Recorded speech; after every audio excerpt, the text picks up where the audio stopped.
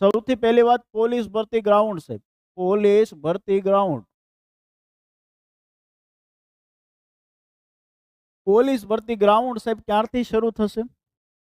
તો મિત્રો સૌથી પહેલા ગ્રાઉન્ડ જે છે એ અંદાજિત તારીખ છે 12 થી 15 નવેમ્બર આસપાસ તમારું ગ્રાઉન્ડ શરૂ થશે પોલીસ ભરતીનો.